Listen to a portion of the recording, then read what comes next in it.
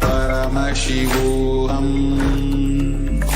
Om Nithyananda Paramashivoham. Om Nithyananda Paramashivoham. Om Nithyananda Paramashivoham. Om Nithyananda Paramashivoham. Om Nithyananda Paramashivoham. Om Nithyananda Paramashivoham. Om Nithyananda Paramashivoham.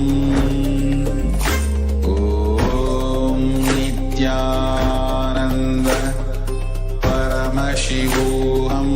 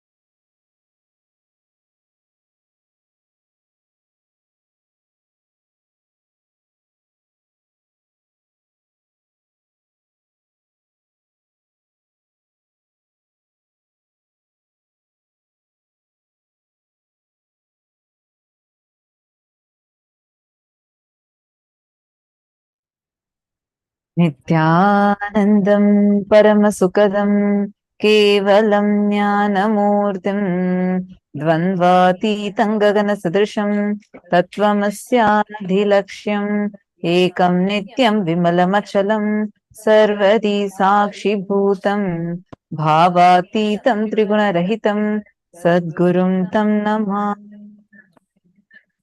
Nithyanandam, everyone. We welcome all the participants, every one of you, for this very, very special day today. Today, the whole day is all about harnessing the power of feeling connection, harnessing the power of experiencing feeling connection with ultimate, the Parama Advaita Anubhuti, So we welcome every one of you for your day 11 of Paramashivoham.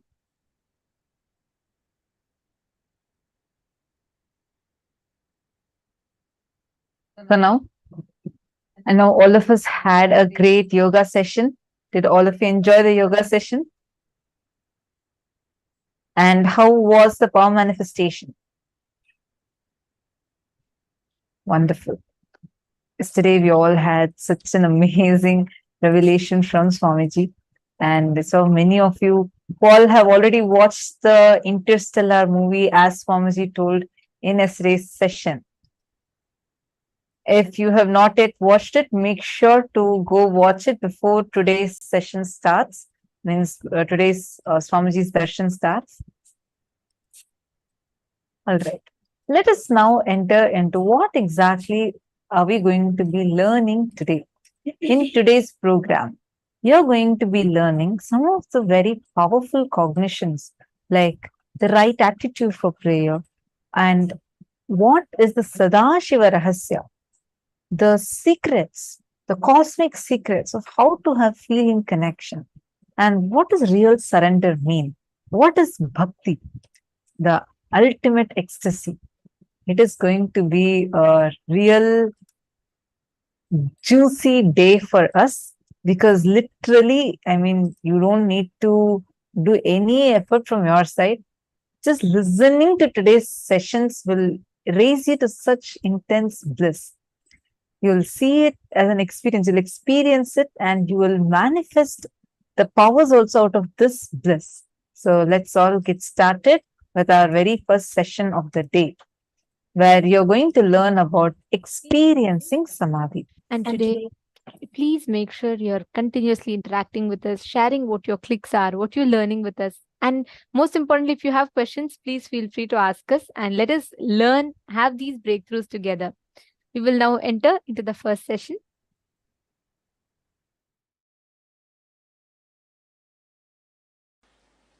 In Bhagavad Gita, 6th chapter, Dhyana Yoga, 9th verse.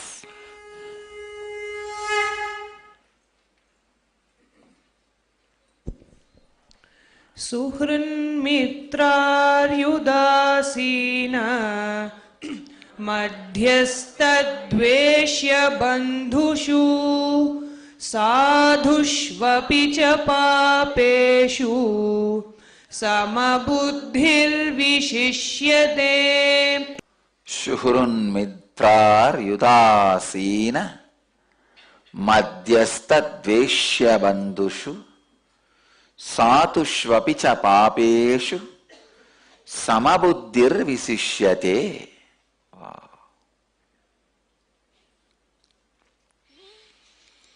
The translation: the one who feels the same towards an affectionate person, a friend, an enemy, the indifferent, the neutral, the hateful one, the unfriendly, the noble one, or a sinner, is said to be established in a superior state.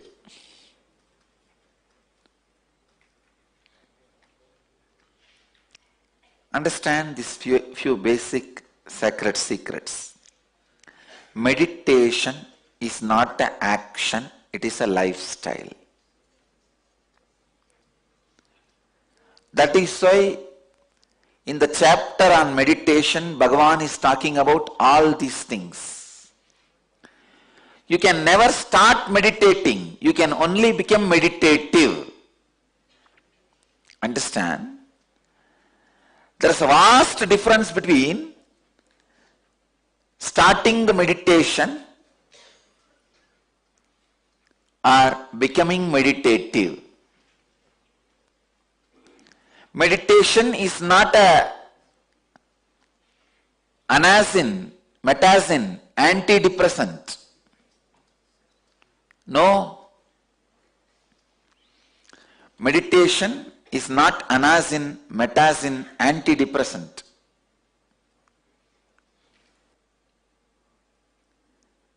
Please understand. Meditation cannot be just repairing something in you. it has to completely transform you. Everybody has the feeling to become Lord of the universe. You can become, if you make your unconscious into conscious and superconscious. When you make your unconscious into conscious, you will become Lord of you. When you raise that to the superconscious, you will become Lord of whatever is in your space. More than the word Lord, I'll use you will be in tune with the whole. This is the right way of becoming Lord of the universe. But instead,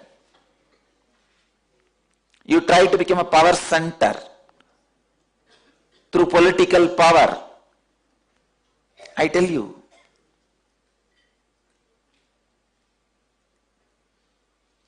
even in the school, the class leader, it is nothing but political power. Why even in the school we can't survive without a leader? Why should somebody aspire to be a class leader? First time I resisted this political structure is when I was appointed as a class leader. When I was in the 7th standard, I still remember. The teacher, she was a Jain family teacher. Used to be a little tall. So usually that is the standard. The tall last bench, last row guys, they will be only made as leader. There is no other standard. One day she caught me. Unfortunately that day I went to school. Usually I don't go. Somehow I went to the school, maybe first day of the school, like that. Those auspicious days I don't miss. She caught hold of me and she said, you are the teacher, you are the leader of the class. I said, what do you mean leader? I don't even come to the class regularly. She said, that is why I am making you leader. If you are a leader, you have to come and regularly take the attendance. And you have to keep the class under the control. And I said, nothing doing. Leaders are the greatest followers. They lose their freedom. So I told my teacher, no, I will not be a leader. She insisted. Then we got into the argument. I said, leaders are the people who are not able to lead themselves, so they go on trying to satisfy that unable to control themselves by controlling others. When you are not able to lead you, that unfulfillment you try to fulfill by leading others or trying to lead others. Leading others is the ultimate hypocrisy. He also knows he is not going to listen to you. He will topple you down the moment he gets the chance. What is leadership? Group of followers waiting to topple down. One person. That one person is called leader. The unconsciousness, when it is not able to express through the proper channel and it finds shortcut to fulfill its ambition, it is called power structure. When the subconsciousness is not able to fulfill its purpose, the perversion it creates is greed structure. Let me explain this subconsciousness. What is subconsciousness?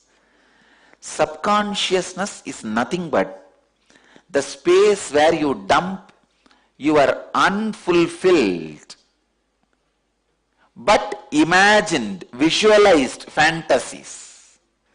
For example,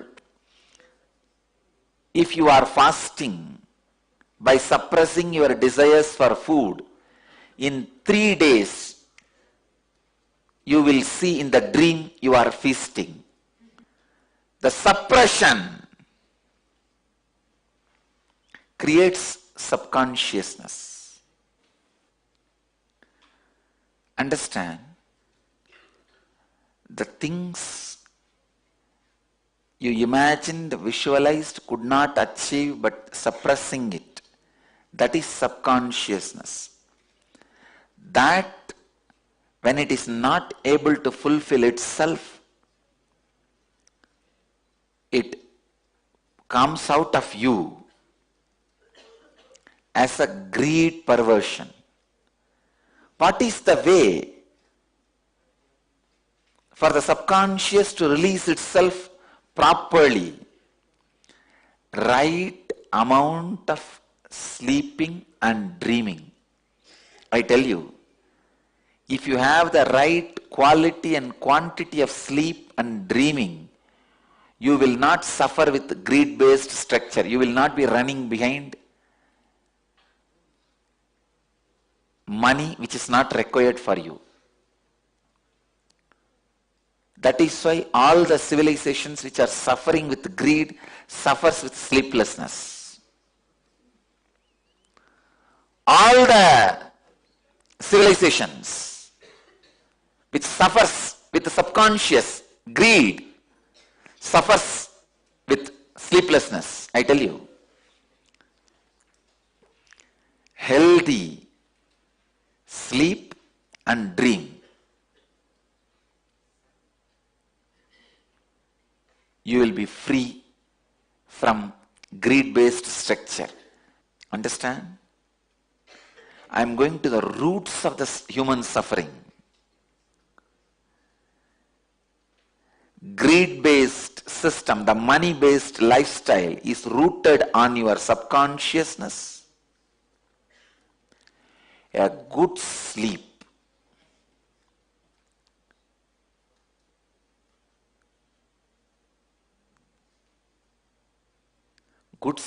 will naturally have the proper period of conscious dreaming.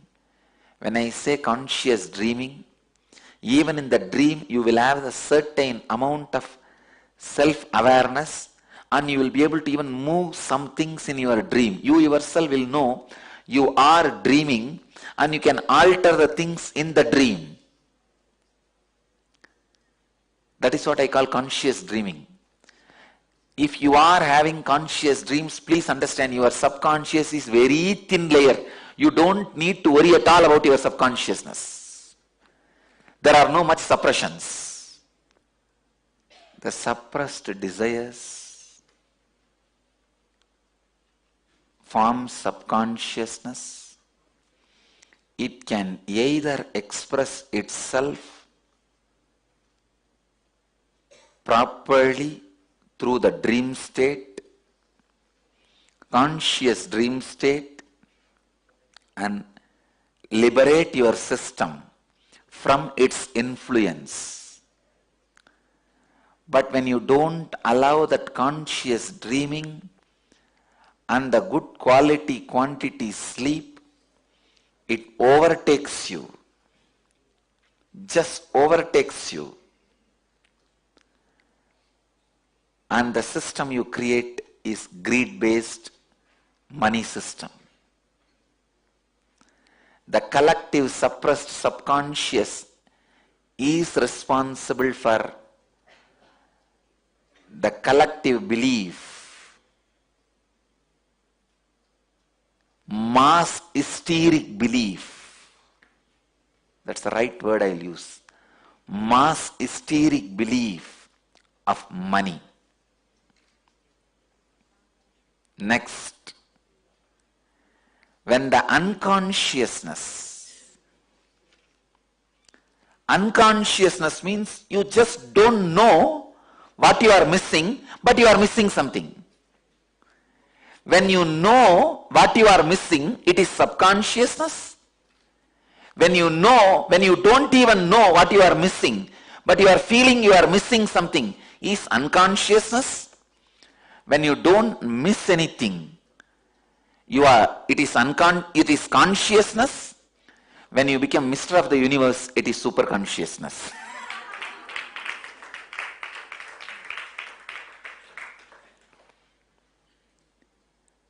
When you know you are missing something, and missing is subconsciousness. Please understand. When you don't know you are missing something, but you feel you are missing something. You don't know what you are missing, but you feel the emptiness. You are missing something. That is unconsciousness. When you don't miss anything, complete with yourself, it is consciousness. When whole universe feels the fulfillment through you, it is superconsciousness. Understand this unconsciousness. You don't know what you are really missing, what you really want, but you feel emptiness. That is why you think, oh, if I become MLA, I think I'll feel fulfilled. If I become MP, I'll feel fulfilled. If I become president, I'll feel fulfilled. If I become prime minister, I'll feel fulfilled.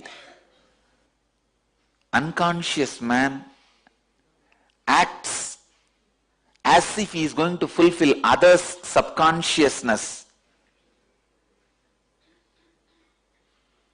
so that he can become leader. That is why the politicians always give big promises. They give you the feeling, I will fulfill your subconsciousness. And the same way, subconscious fellows promise the politicians that we will fulfill your unconsciousness. It is subconsciousness scratching the back of unconsciousness and unconsciousness scratching the back of subconsciousness.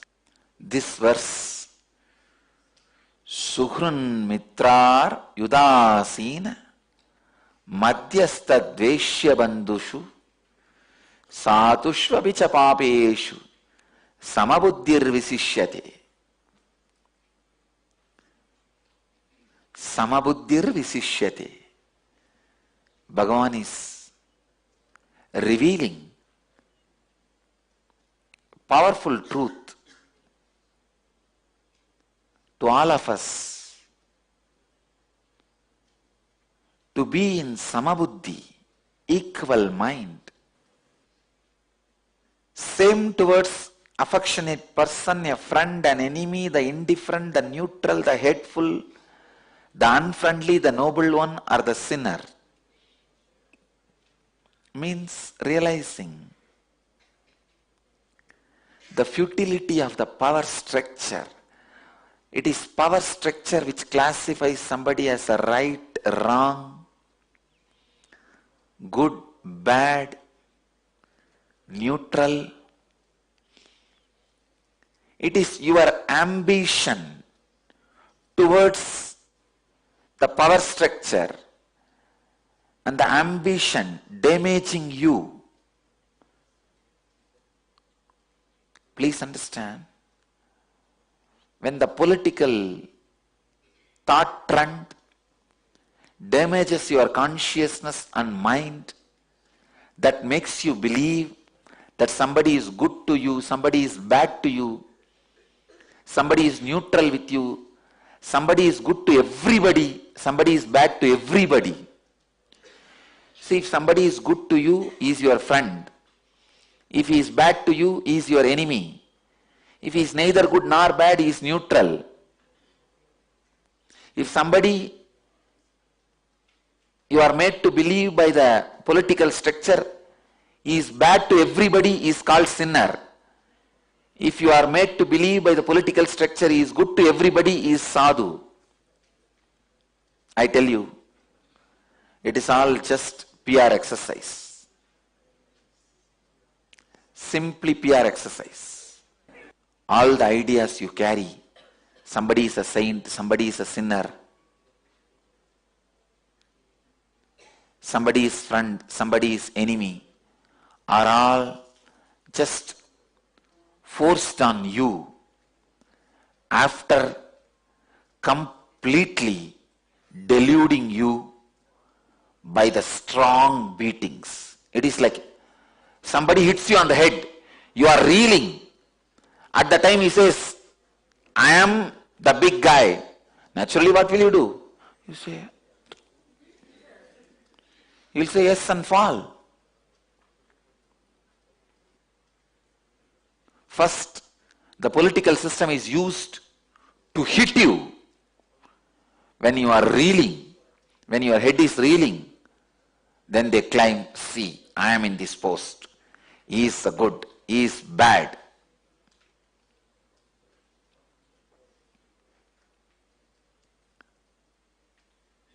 It is time we bring a human civilization where the money-based thought trend and political thought trend does not become part of our life. It just stands as a utility. Let the shoes be left in shoe stand. Umbrella be left in umbrella stand. Let them not come to the bedroom. Let the influence over the citizens by the political system be reduced.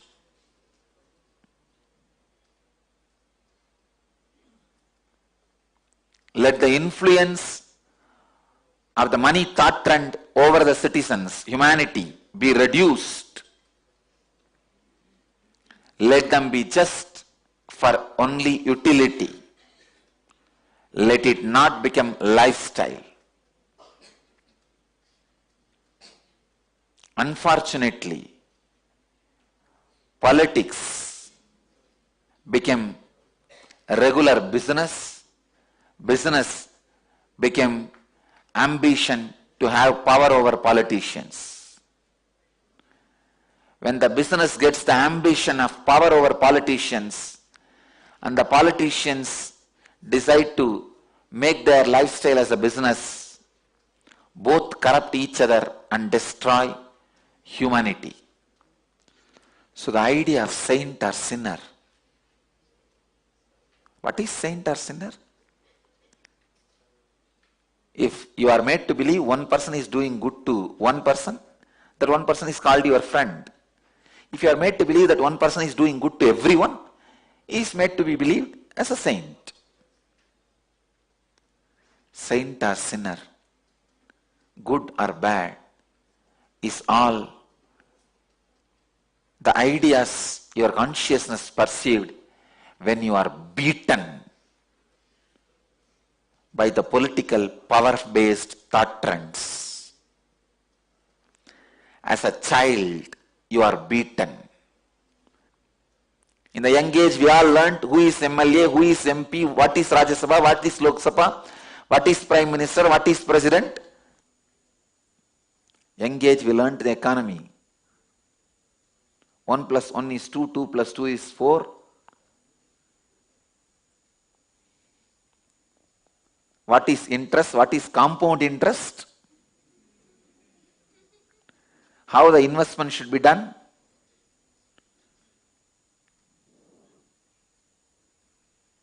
My Gurukul kids should know. There is no 1 plus 1. There is only 1, which is beyond 1. The 1 itself was created for utility. And the 1 plus 1 is also utility.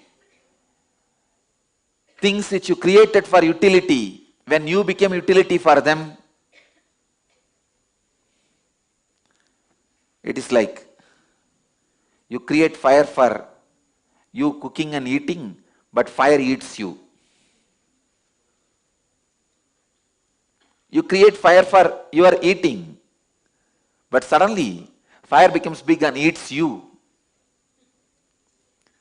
People who are eating from the fire are conscious beings. People who are eaten by the fire are unconscious and subconscious beings. Here Krishna says, wake up, be a conscious being. That is what I call inner awakening.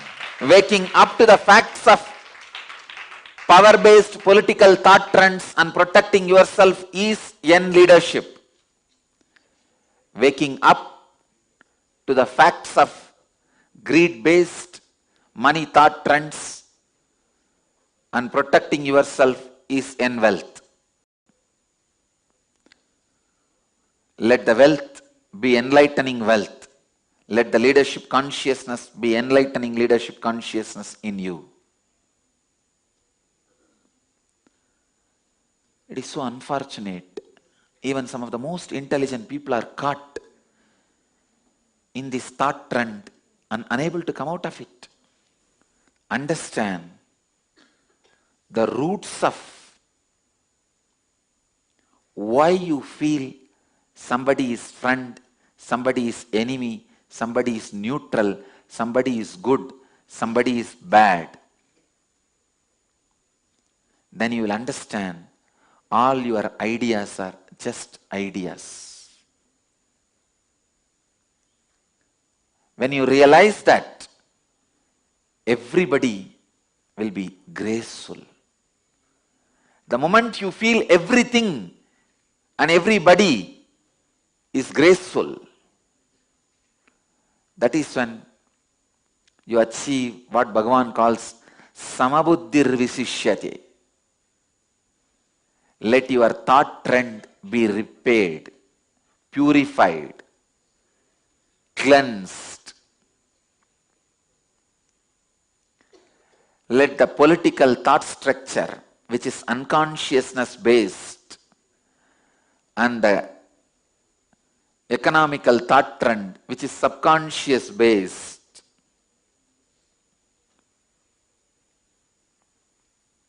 not hit at your consciousness.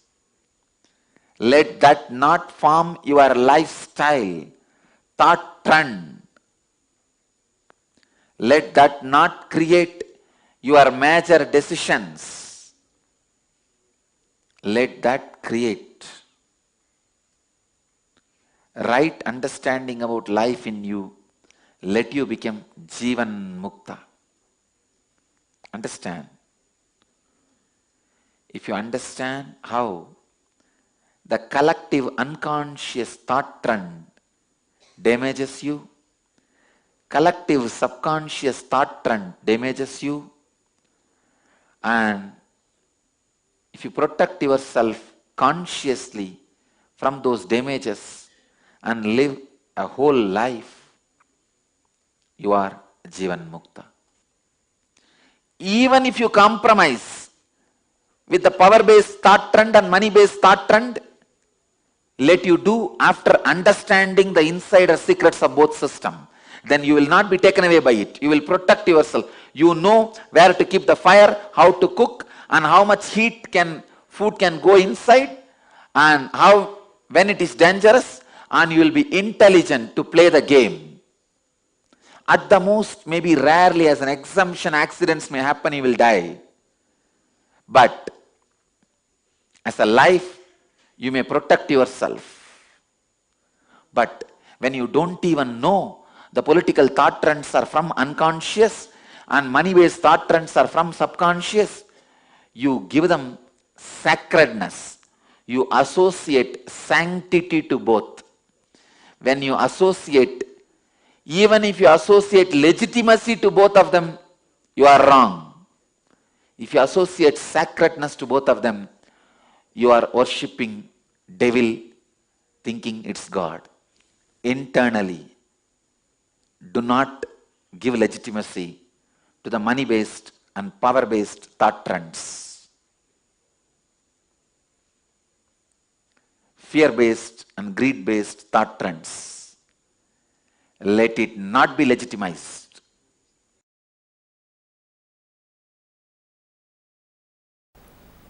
So all the outer world rules and regulations, whether it is simple traffic rules or the law of the land is based on the action performed. Commission and omission of acts, because outer world can understand only that, outer world functions only with that, outer world can measure only up to that. In search of stability and surety, possibility is forgotten. Listen. Yes, outer world can grasp only that. Whether you walk in the left side or right side, you should walk or not in the left side or right side. It can only go to that extent. Outer world can understand only that extent is not wrong, but they try to become fanatically declaring only that much exists is something seriously wrong.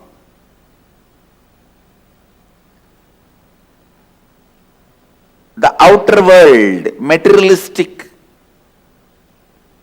beings, developing rules, regulations, laws, whether we should walk in right side or left side, whether we should go in left side or right side, whatever. Forming those rules, nothing wrong, useful for day-to-day life. But when they try to declare, there ends the matter of life.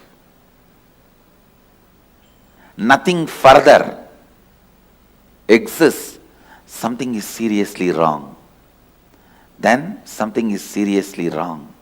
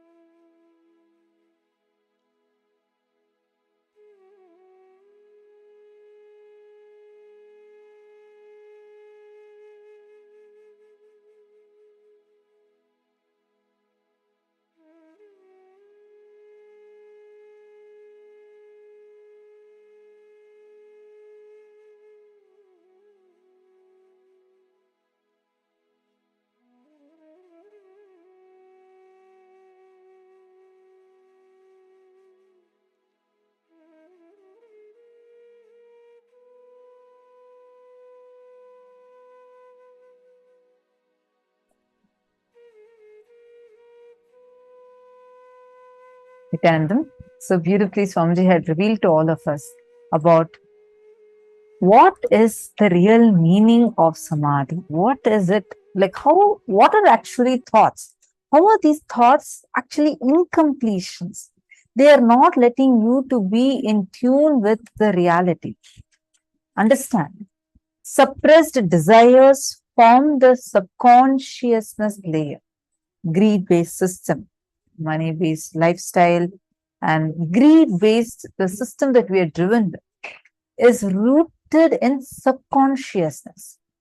A good sleep with conscious dreaming where the suppressed desires express themselves. And even in the dream, you will have certain self-awareness and you will be able to alter the things in the dream, will ensure that the subconsciousness doesn't contribute to the collective mass hysteric belief of money.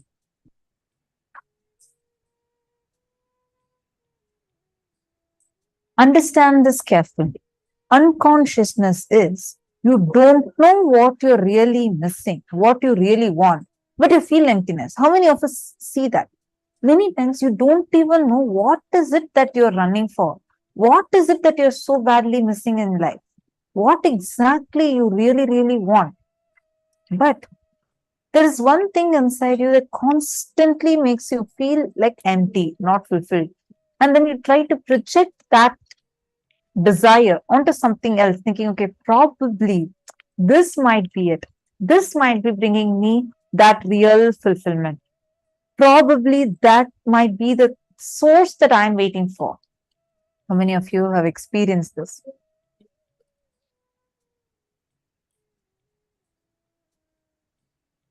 That is because it is rooted in unconsciousness.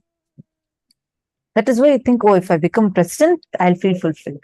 An unconscious man acts as if he's going to fulfill others' subconsciousness, others' suppressed desires. This is the attitude and ambition towards the power structure. That is why the politicians always give big promises. They give you the feeling, I am going to fulfill your subconsciousness. That's so beautifully Swamiji explained to us in the section, right? The subconsciousness based driven, like unconsciousness based driven society is the root cause of all the problems we are facing, whether it's climate crisis or it is the problem like war or terrorism. Devi Parashakti had even warned, saying there is every possibility for a war to happen.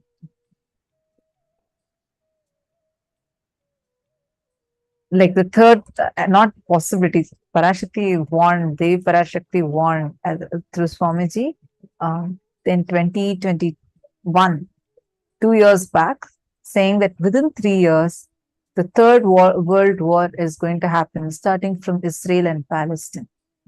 And now really a war has been declared.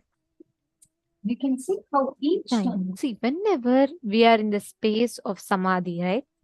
When we experience that space of oneness, whatever you call it, your unconsciousness becomes lesser, your consciousness in frequency increases.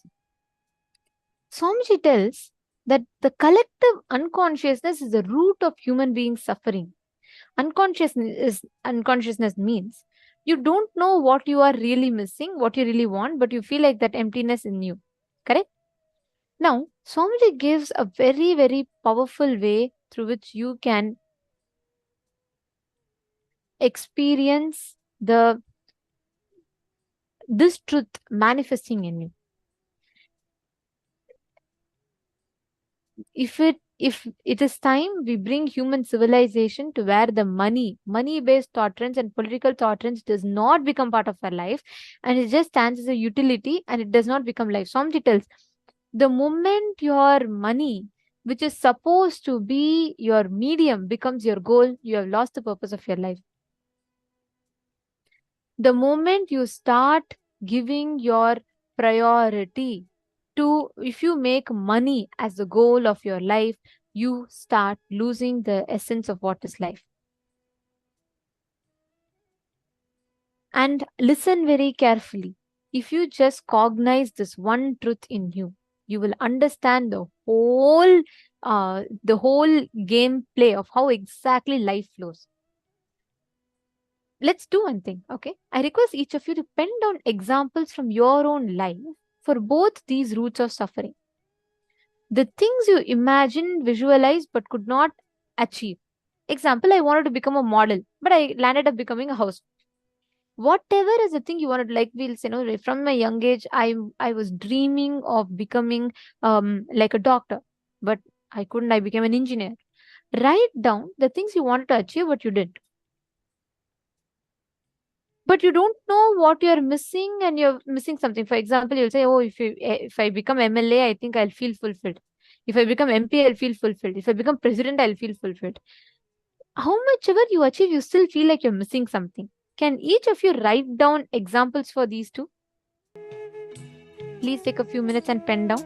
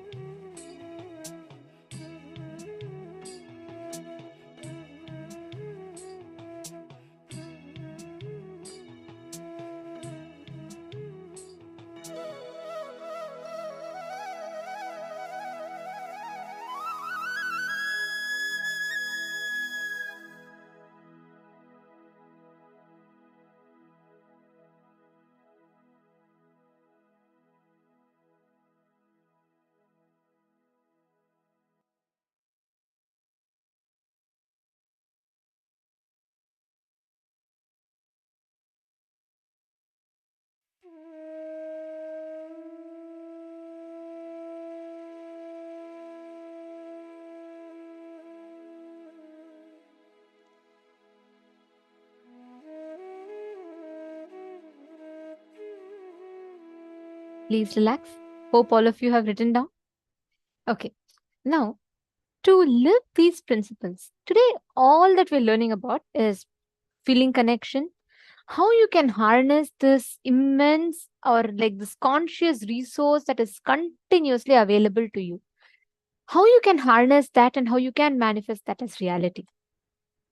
Now, today we're going to be addressing the different aspects, the different perspectives of how you can manifest the ultimate power, the power of feeling connection in you. And every time you cognize a truth, right? Every time you understand a powerful cognition, Swamiji tells beautifully, every time you cognize a powerful cognition, that manifests as a power in you. When you understand the powerful cognition blossoms as a power in you. And that is the way to measure how much, what is the depth or the understandings that you have had about the powerful cognition. Every truth that Swamiji reveals, when you just cognize it, take one step deeper. When you put that base effort to cognize, you will start understanding in a completely different way how Swamiji explains the whole truth. There is no, whether you're manifesting or not manifesting, there is no situation that can be perceived that is wrong or right. Every situation could be wrong, every situation could be right. A small story.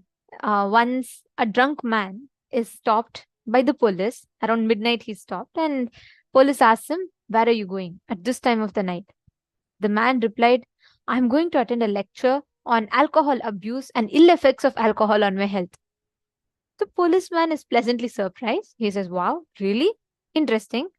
But who's giving you that lecture at this hour of the night?"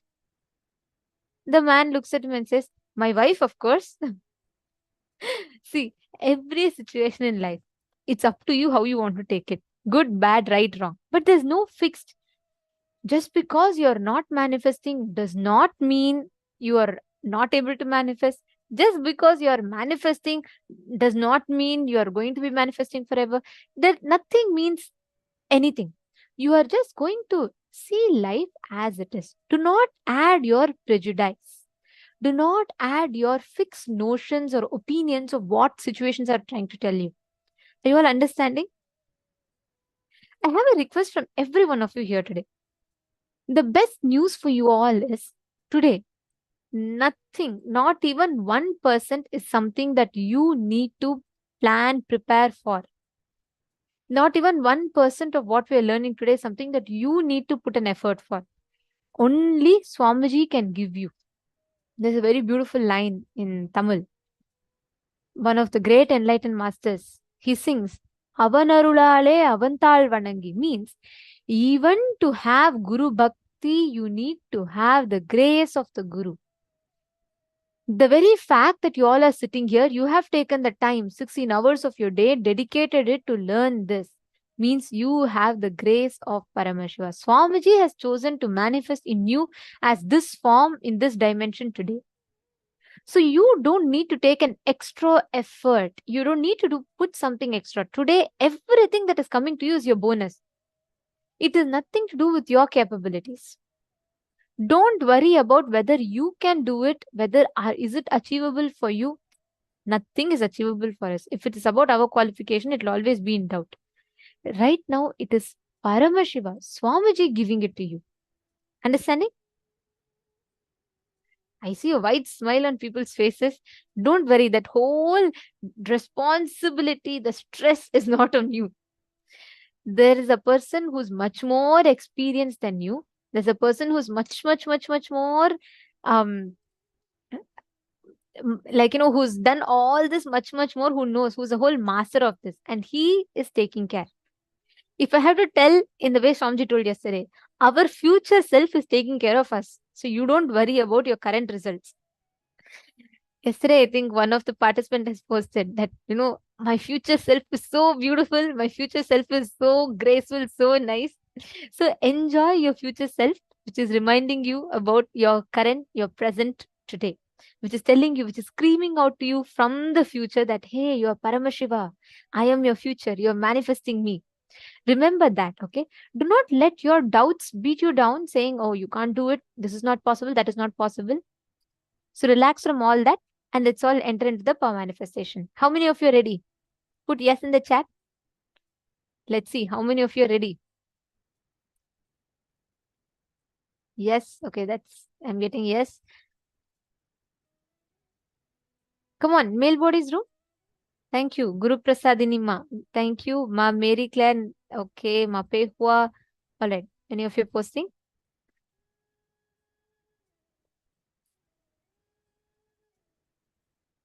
Kiyan. Yes. Thank you, Aya. Thank you for posting. And Zach Medaya. Pavanaya. Come on. How about the male bodies room? Are you all ready? Are you all ready to manifest your future self?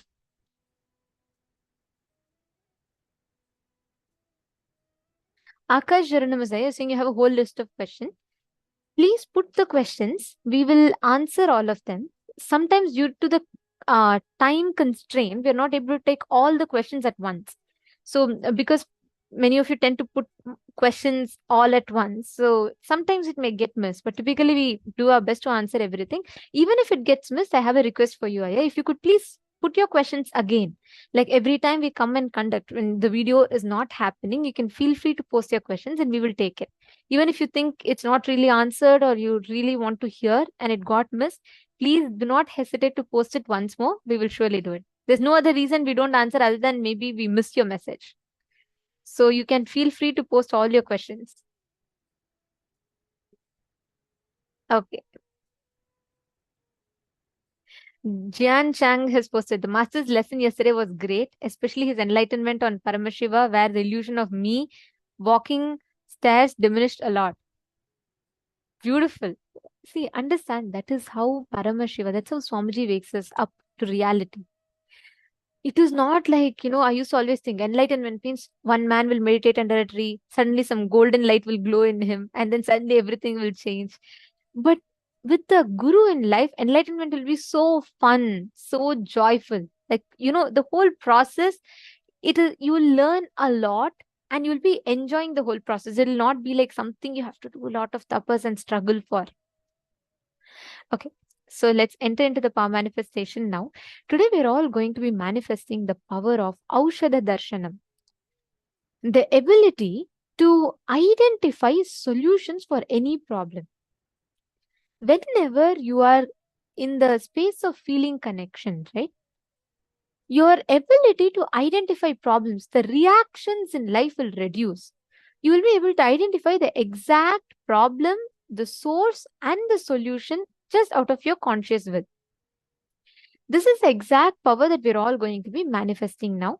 And joining with us for this session is Manitya Shambhavananda, and she is also one of the acharyas of our Paramashivoham, and she will be here, who will be taking us through how exactly we can manifest, what breakthrough, what is the exact cognition we can have to manifest that power, manifest this power of Aushadha Darshanam. Shall we all start?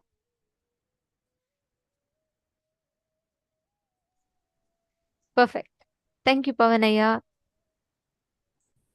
Okay, let's all enter into the power manifestation session now.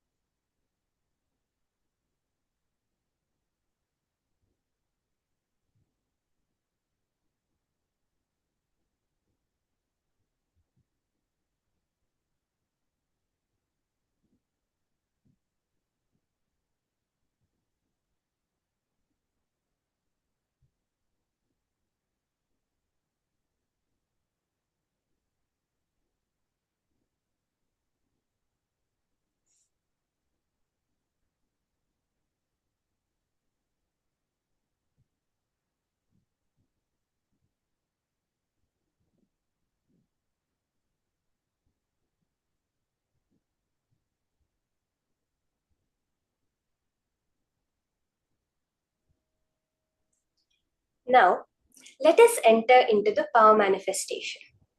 Today's power is Aushadha Darshanam, literally the power of being able to identify the medicine for any disease. If any problem comes in front of you, It could be a small thorn prick, something itching, up to even a fracture. You'll immediately be able to diagnose the right disease and the right medicine to treat that disease. This is the whole power we are manifesting now. You have to understand the most important thing.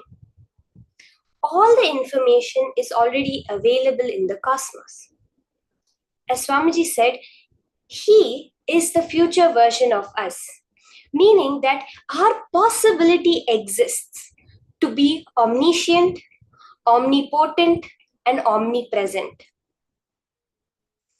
When we want to access this superconscious brain of ours, it's like, we have a remote server, and you log into the remote server to access a further variety of abilities, apps, different things. The same way, to access this superconscious server, it is necessary for us to log out of these fear and greed-based patterns. That is what the whole science of power manifestation is.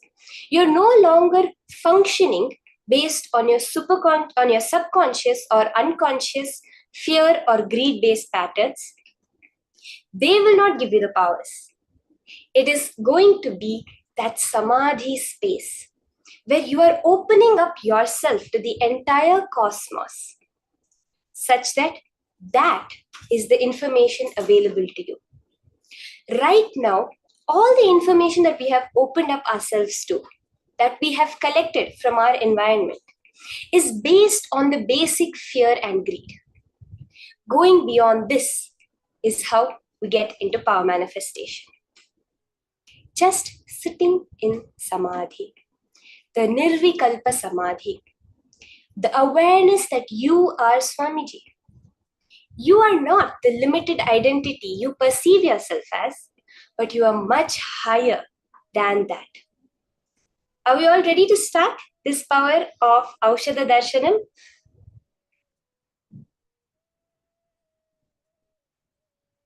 Yes. So let us start with the Shastra Pramana for the power of Aushadha Darshanam, the scriptural reference where Paramashiva himself revealed about this science.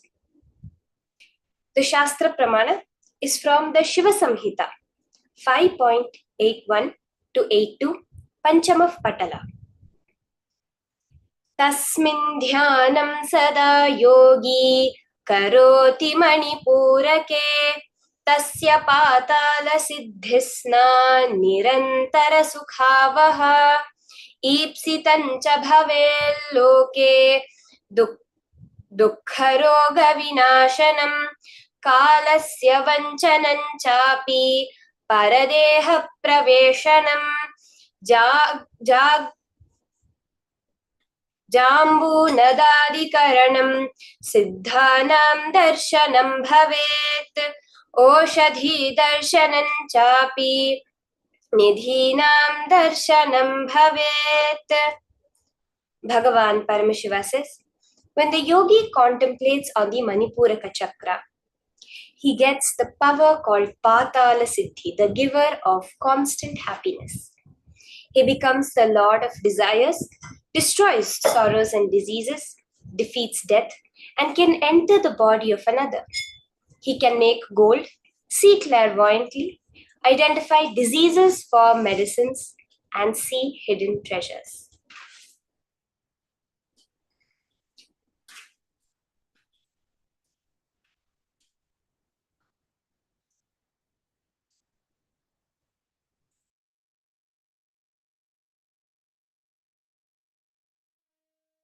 This exact science that our Shastras, Vedas and Agamas have revealed.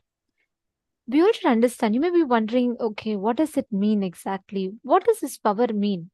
To be able to find the exact source of the disease and the medicines? Please understand, Aushadha Darshanam is your ability to find the cure for any disease, not just physical. It includes the levels of physical, physiological, psychological, and the mental patterns that you carry. Actually, I'll have to tell you all this one incident. Okay, there was one Adinavasi who was very, very allergic to milk.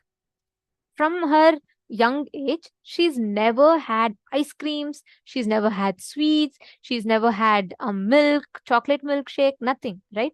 So she had extreme lactose intolerance, and she was having a lot of skin reactions will happen in her. So what had happened was she was going for a lot of these treatments, and doctors couldn't really do anything, and they said she had to completely avoid it. Like, it was to such an extent that even if there was a trace of milk in the food, she would really react to it. So you all can imagine, right, how bad it must have been. Do you all know how Somji cured it? So what happened one day, Somji told all those who have allergies, okay, you all should bring the product that you have allergies for. You might be wondering, what? Listen to this. It's an amazing way that Swamiji gives his initiation. There's a very special initiation that happens in the program, in the physical inner awakening programs, where if someone has nut allergies, right, they will be bringing a bowl of almonds, some nuts that they're allergic to, and Swamiji will bless that nuts. They will eat that nut right in front of Swamiji, and they will walk out of the stage without having any such allergies. So this particular Adinavasi, so there was one ice cream that she really wants to enjoy, but she could never really taste it because she never really could eat anything that has milk. So Swamiji once called her, and that day of the program, Swamiji ordered like for the inner awakening participants, lot of ice creams were given, different flavors, and she saw everyone enjoying the favorite flavor of ice cream. She couldn't even touch it. Inside her, she was like, Swamiji, why? And that day, Darshan, Somji called her, and Somji told her to get her favorite ice cream. So she was thinking probably Somji is going to give it to others and she's just going to pass it to Swamiji. She went to the stage. Somji blessed her and Swamiji said, eat it now. She was shocked. She said, no, Swamiji, I have allergy and it is like there's so much reaction happen. Swamiji said, just eat it now. She had the ice cream, and from that moment on, she walked out of the stage eating 1, 2, 3, 4, 5 ice creams and no reaction in her whatsoever. Logically, if you see, a person who's having allergic reactions to a certain food item, they're not supposed to be eating that item. That's not the solution to cure. Try it. Normally, if someone has nut allergy, how much ever they eat, it'll increase. It'll aggravate the allergy even more. But here, the solution may not seem logical to you, but understand this is precisely the power of Aushadha Darshanam. Here, Swamiji is not just healing. Swamiji identifies the exact pattern. Swamiji had told for her that there was one pattern in young age where she felt she was not given enough when she liked it a lot.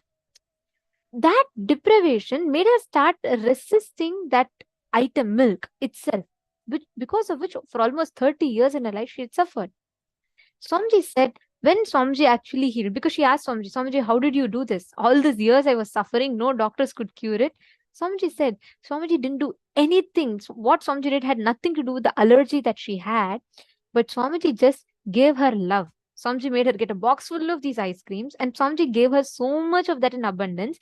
Her whole pattern got so fulfilled, and it just completely broke. Understand, this is exactly how you manifest Aushadha Darshanam. The science is very simple. Not just identifying logical solutions. We have so many doctors for that. Here you're going to apply the superconscious intelligence. What does that mean? What manifests in your inner space when you connect to Swamiji? Understanding? This is the exact experience. Kian here, don't worry. Same healing applies to your mother also. Just make her sit in darshan. Come on. We all have Paramashiva, our future self. That's what is ringing in me constantly since yesterday. So you just tell Swamiji, look, my mother is having this problem. You please heal her. You leave it to Swamiji and you just bring her, let her sit. The problem is we need to take that one step where we bring them here, at least make them available so that, Swamiji can heal them. That's all. So you don't worry about the results. You don't worry about when it will happen. You relax. You bring your mother here, let her sit. Just sitting in Swamiji's breathing space will give her healing. And actually, Kian here, yeah, you're asking the right question in the right time, because the as per the program, right, we have a dedicated day where we will be focusing on addressing all the health issues, which is tomorrow. All the health related problems, healing, receiving healers, initiation, everything is going to be happening. So if you could bring your mother tomorrow, that's the right time to bring her, so that she can have the experience, not just receiving the initiation and darshan, she will also understand the science of being healthy. Pavanaya is asking what Aushadha is best for identifying the patterns in our subconsciousness. The Aushadha called Swamiji is the best Aushadha. Just constantly connect to Swamiji, sit here, digest the powerful cognitions, manifest powers. When you manifest powers, you will not just have the knowledge, you will have the experiential understanding of the knowledge. Okay. All right. So there are tons of stories like this. If I get started with telling these stories of how Swamiji does this healing, it'll never end. But I wanted to share this because this is exactly the science behind Aushadha Darshanam. It's not logical. You can't say, oh, I know this person has diabetes. So logically, if I see this is the solution they're supposed to have, let me tell this. No, don't do that. Sit, connect intensely. You will actually see Swamiji will reveal the solutions to you. But of course, tell your partners, whomever you're going to be manifesting with, you're going to be making it clear you're only getting trained for it. It's an initial level training, practice. And slowly that will build on to, for you to start manifesting this power 100%. Like Swamiji, right? Okay. So now let us get ready for the power manifestation.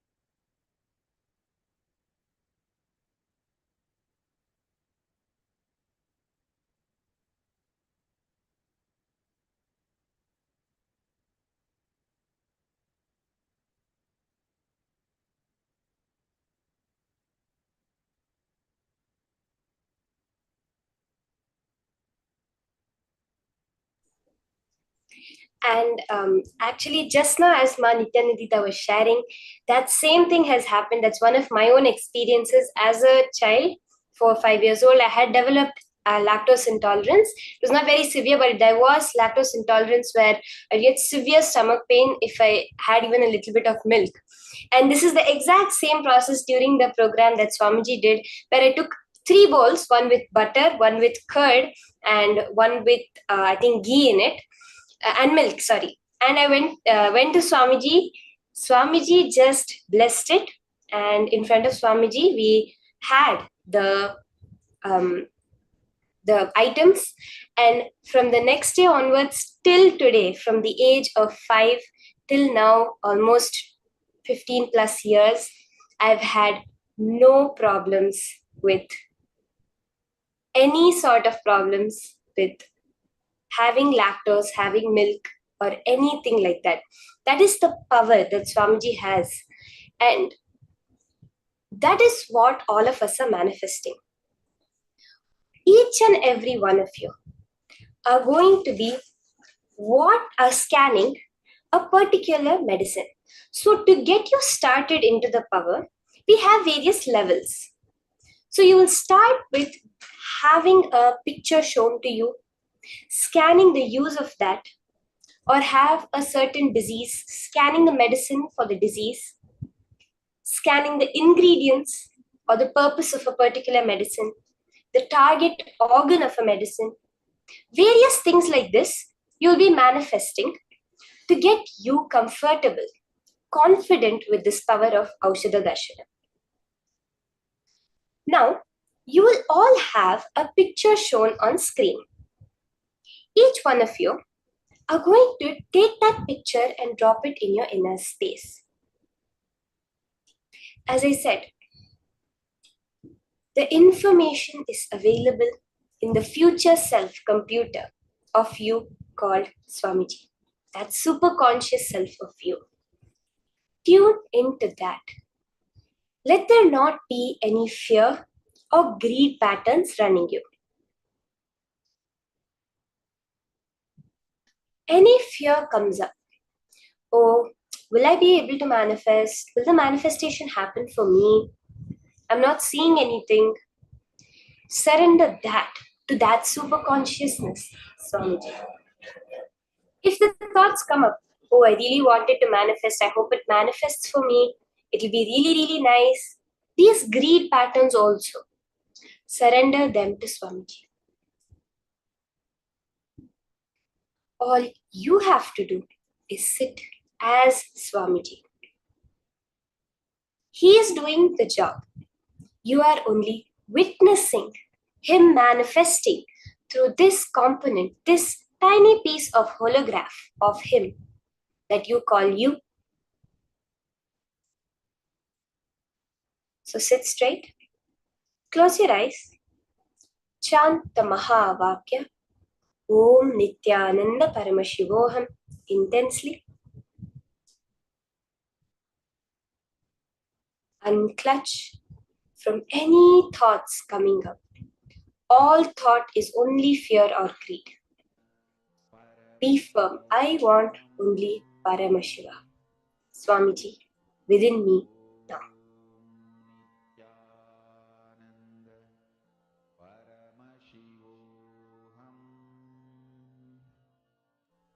As you are scanning, just put in the chat. You can just type it in the chat and post whatever Paramashiva is revealing to you.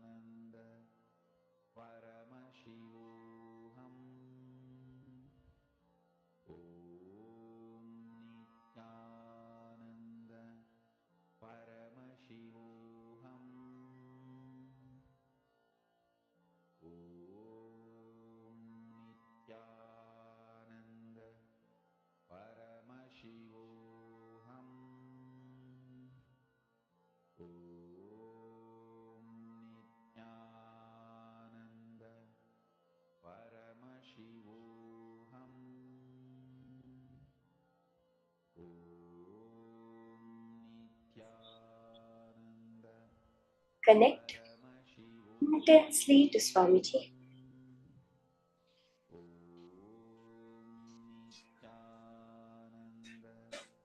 Let there be only Paramashiva. Whatever Paramashiva is revealing to you, whatever Swamiji is showing to you, just write it down, type it down and post in your Zoom. When you post it, put as much detail as Swamiji is showing you. Show whatever you can, like if you're seeing colors, if you're having some smells, some visualizations, whatever it is, exactly like that, type it down and send it, post it.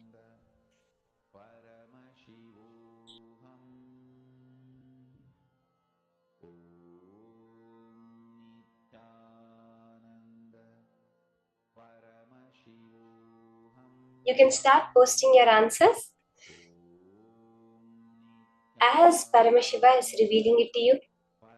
What organs does this medicine heal? What are the various benefits health-wise? What, even if the name of this particular plant or herb appears, you can just post it like that. There is, in as much detail, as Swamiji said, Paramashiva lies in details. The more and more you go into the details of your post, the more you will be able to recognize the manifestation happening.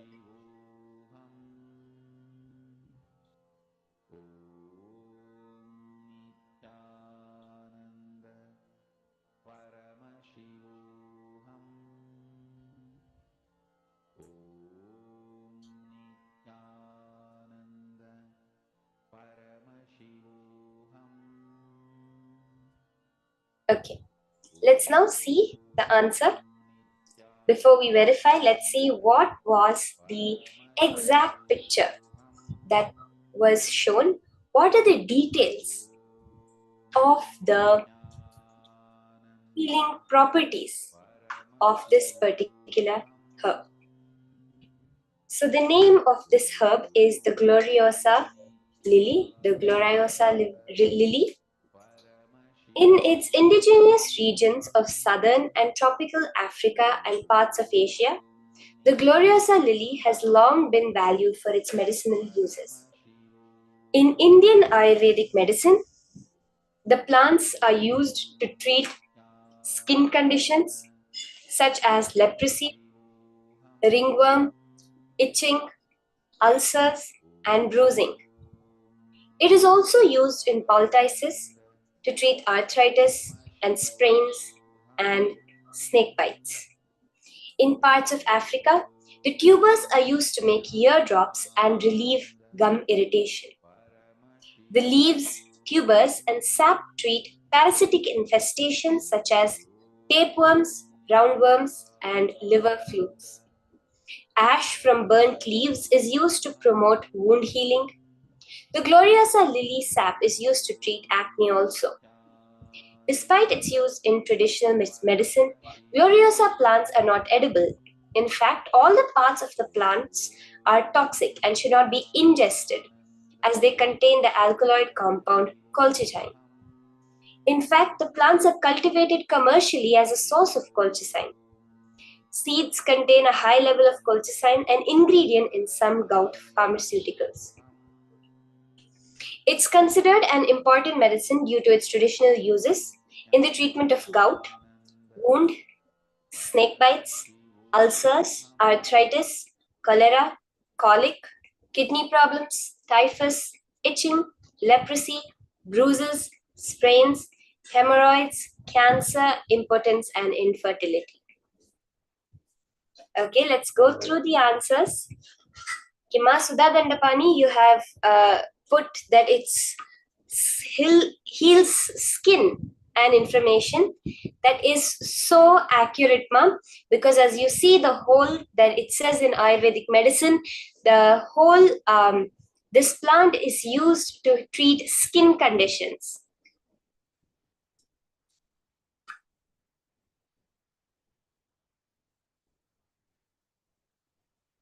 Okay, Ma Donna has posted, it's poisonous.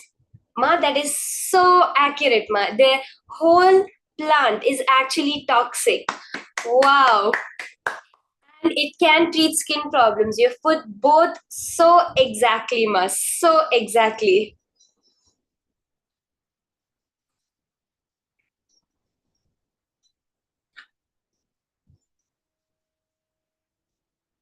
So many of you are manifesting so beautifully, posting the skin. I think many people are actually catching on to the fact that it treats your skin. And Madonna, you got it exact. You actually saw that the plant was toxic, poisonous, and that it treats skin conditions. I will tell each and every one of you, when you manifest, when you see that Paramashiva manifesting, understand it's not a small thing. If at all you do this without initiation, you could probably by fluke, by chance, just maybe get 1 out of 100 rounds right. That itself would be a fluke. But to get even a single word right of all the different medicines that are there in the world, the different plants, the different things they can be used for, that you saw itself is a manifestation.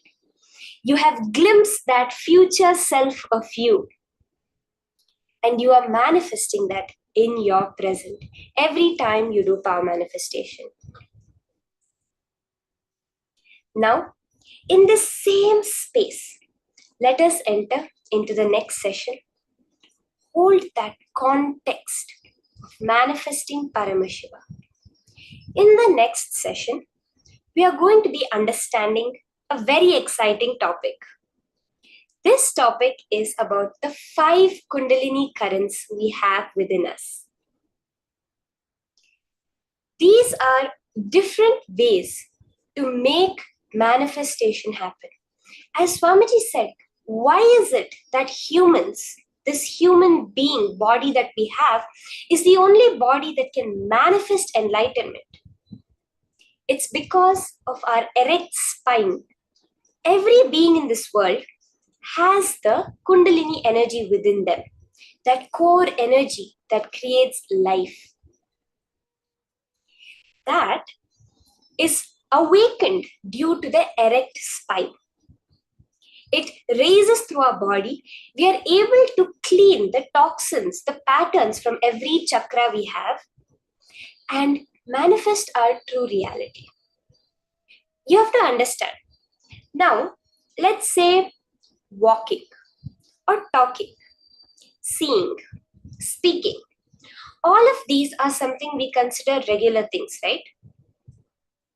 Actually, these are all powers. How many people are there who don't have this? Why do we call it a power? Because it's something unique. It's something more than a normal person can do. Even your seeing power is a power for a person who is born blind.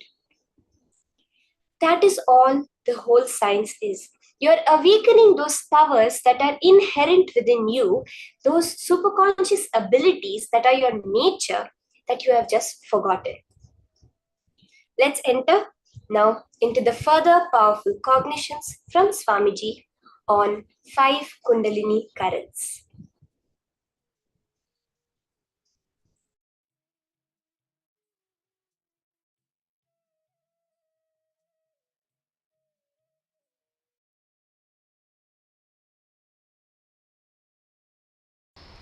Listen carefully.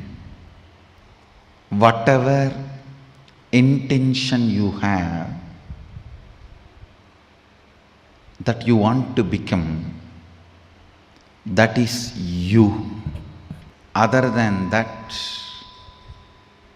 any psychological, physiological, neurological experience, perception you go through is not you. If you feel depressed about your body and your mind and about yourself, or if you feel excited, elated about your body, your mind, and about you. Whether depression or excitement, nothing is you. Nothing is you. When Arunagiri Yogeshwara shared these words with me, the way it entered into my system, the way it became part of my cognition, the way it became part of my reality, from that day, never physiological, psychological, neurological ups and downs can bind me in any way. Listen to this truth and contemplate on it. I'll support you to experience that as reality. I still remember you are sitting in this very posture, Sukhasana, having hand on my shoulder, and said the exact words uttered in Tamil. Main நினைவாலோ உயிர் நினைவாலோ மூளையாலோ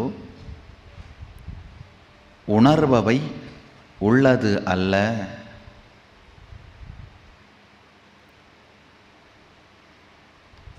I know for sure, even if you are a Tamilian, you can't understand these lines because it is classical Tamil. I asked him, then what is me?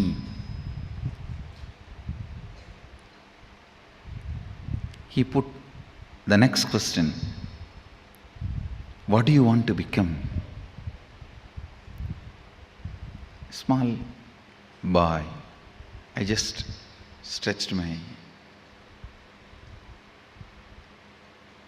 chest in a wide way, put both my hands on the hip and said, Sadashiva.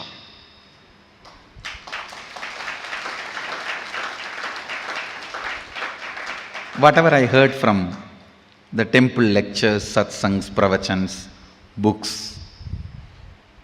that is what I know as ultimate. So I put both my hands on the hip and said, looking into his both eyes, said, Sadashiva. And already his hand was on my shoulder.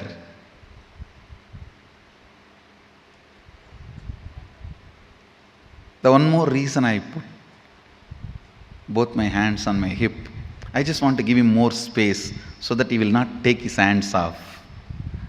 His hands will rest comfortably on my shoulder. I was so much in love with him, I will not miss a single chance to have his touch. Whether he touches me or I get a chance to touch him. Already his hand was on my shoulder. He said, you are that.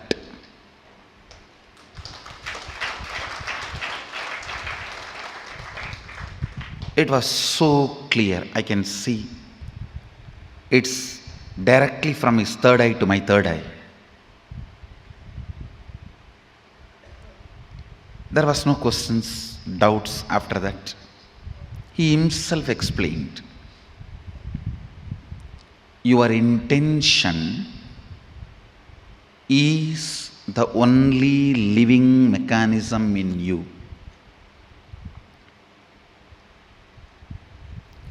ஆஞ்ஞையே உனக்குள் இருக்கும் உயிர், ஆஞ்ஞையே உனக்குள் இருக்கும் கடவுள், அதுவன்றி வேறொன்றும் உன்னுள் உயிர்த்திருப்பதில்லை என்பதனால் உயிர்த்திருக்காத ஒன்று உயிருக்கு உபத்திரவம் தர இயலாது. Means your intention only is you, your intention, what you want to be is only God in you. Your intention is the only living mechanism in you. Other than your intention, everything else is matter in you. Because of that, the matter cannot disturb your intention, which is you. You cannot be controlled, affected by the matters in you.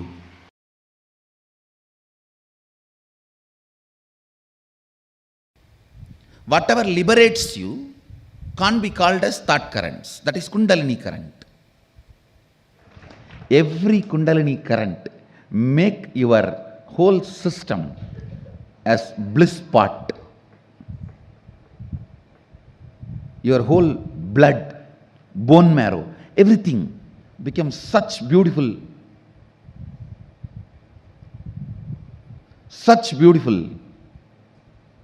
bliss overflow. What you strongly believe inside you as your fundamental right. Listen, all of us strongly believe some things as our fundamental right. That freedom should not be touched, because I go through whatever I go through which I don't want in my life just for that one thing. So all of you look into what do you think as your fundamental right. Listen, what you feel, what you believe as your fundamental right, that plays a major role. Because when you are alone, you boil down only to your what do you think as your fundamental right. A man who thinks, I tolerate all this just for the sake of money, who thinks money is his fundamental pleasure, fundamental right, naturally he will become rich. He will be working only towards wealth and he will become rich. But he will not be fulfilled. Please understand, whatever you think as your fundamental right, you equate that and your life. You are ready to bargain with your life to gain that. Sometime yes from girlfriend, sometime yes from a business proposal, sometime yes for pleasure. Whatever you equate as your fundamental right in your life, you will get that, no doubt. But be very clear, you will never be fulfilled by that, because actually your fundamental right is to build the bliss chemistry in you. Anything other than that, you will feel you have been cheated or you wasted your life on it. There are so many things in your life which you don't like, you do it just for the sake of what you think as the fundamental pleasure of your life. Anything you think as your fundamental right, for which you go through whatever you go through in your life, whether it's money, name and fame, relationships, pleasure, you will get that. But by that very thing which you equated your life to, you will feel cheated by that. No pleasure, no money, no power, no girlfriend, even if it's Miss Universe or Miss Cosmos or Mr. Cosmos, no one can equate your life. Understand? Your fundamental right is building your own bliss chemistry, where you are independently able to fall into the joy and bliss just by your intention, your will.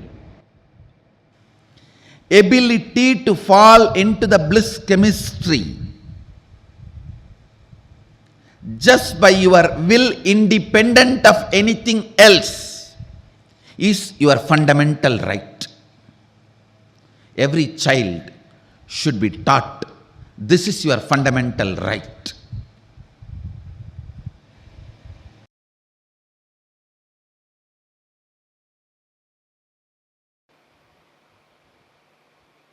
I'll just connect and tell you clearly.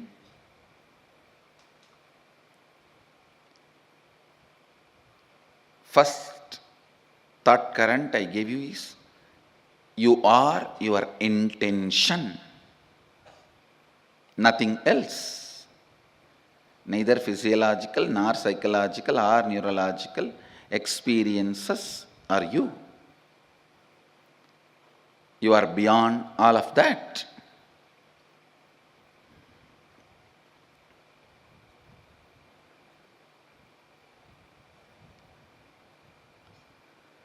Now listen to this thought current. Everything your life is made of is your very expression. Listen, everything your life is made of is your very expression, experientially playing with them, changing them, altering them, manipulating them is powers, siddhis. Understanding, no need to play with any of this, you are beyond, and going beyond is enlightenment. Listen now. Listen now. Now what I said is pure science. Mahadeva gives a very powerful practical methodology to experientially realize this statement. The statement which I uttered now is a sutra, pure science. Whatever you see in your life, including the walls of this hall and me sitting in front of you, this throne, your chair, the people sitting around you, everything is made of a material which is from inside you. You can alter, manipulate, extend, reduce, change everything as you want. Please understand. Everything you see in your life is made out of a stuff which comes from your very self.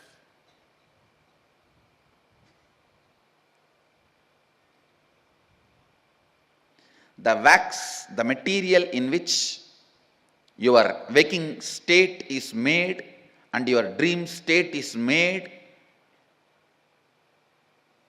that material is from you, inside you, just like cobweb. It's from you, the material is manifested. Listen. Listen. How this can become our realization? how this can become our realization. This thought current now which I said is a pure science. Now Mahadeva comes next to applied science. How to make that into reality for you and how to use that in your day-to-day life. It's a very beautiful revelation. Listen. Mahadeva says,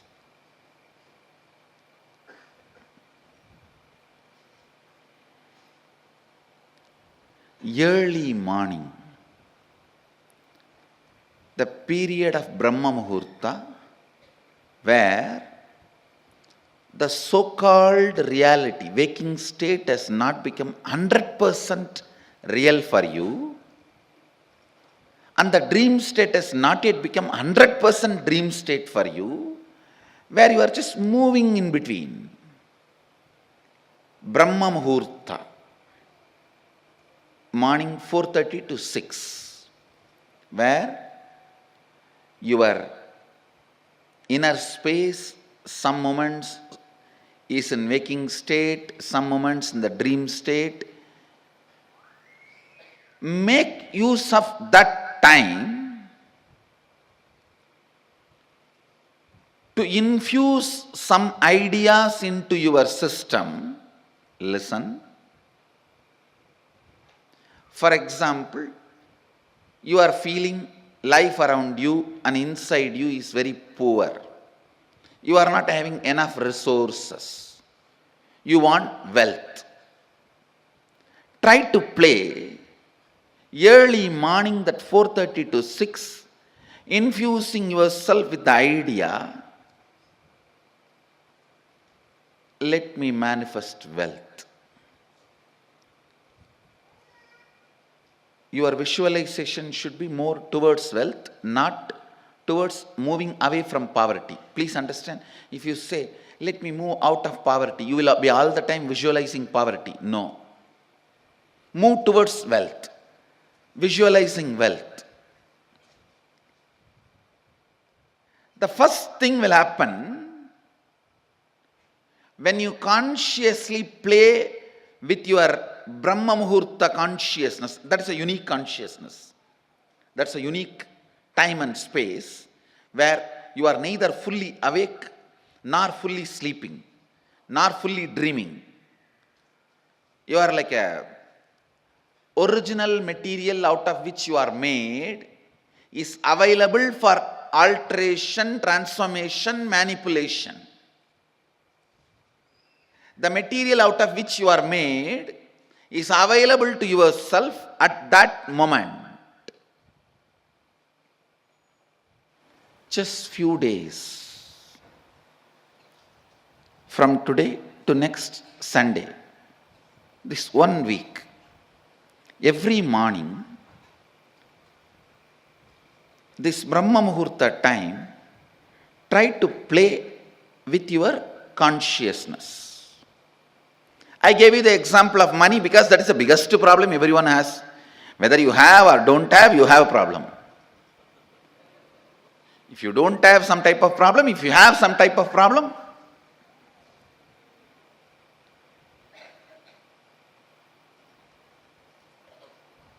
you can work on even your health.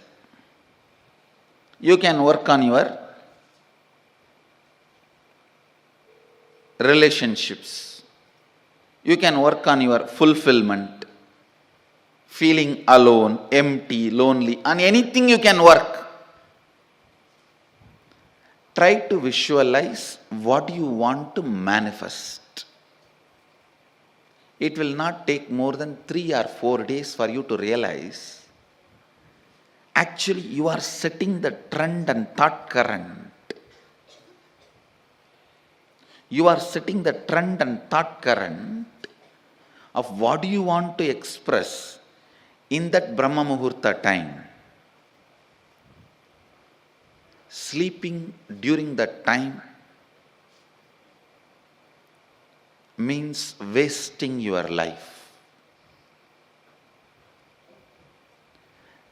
Do not entertain Please listen. Do not entertain the thought currents which are not directly conducive for your life at those moments. Because whatever you entertain during that time will become part of you. Now play with this thought current, this Kundalini thought current. The first realization you will have is your whole life is not solid as you think. It is just liquid or semi-solid. It is liquid or semi-solid. You can manipulate it. You can manifest it. You can play around with it.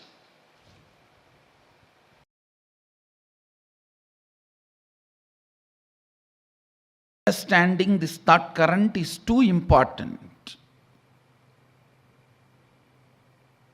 Your physiological, psychological, neurological ups and downs are not you. Means, whether you feel sexually aroused or frightened and shrinking, or filled with the excitement of that future victory, or shaken by the fear of future failure, all these are not you, but the material space, stage on which all this dance is performed, that stage is you. The muscles on which this memory dances is you. The biology on which this biomemory jumps is you. Then you should know, why are you allowing this stupid biomemory and stupid muscle memory in your biology and your muscles? Because your God particle need to strongly remember it is not particle, it is God. God particle is all the time try to be particle. It need to know you are God, not particle.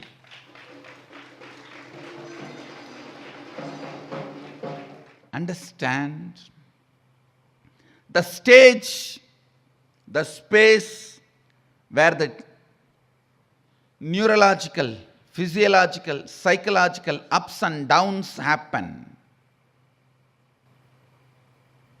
The stage, the space is you. Purpose is to remind your space of God. Please listen.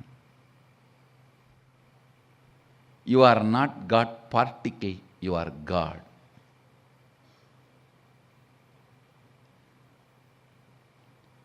You are not Aham, but you are Sadashivoham. Understand? Knowing this thought current is opening your inner guru to yourself. Then even getting terrorized by the fear of death,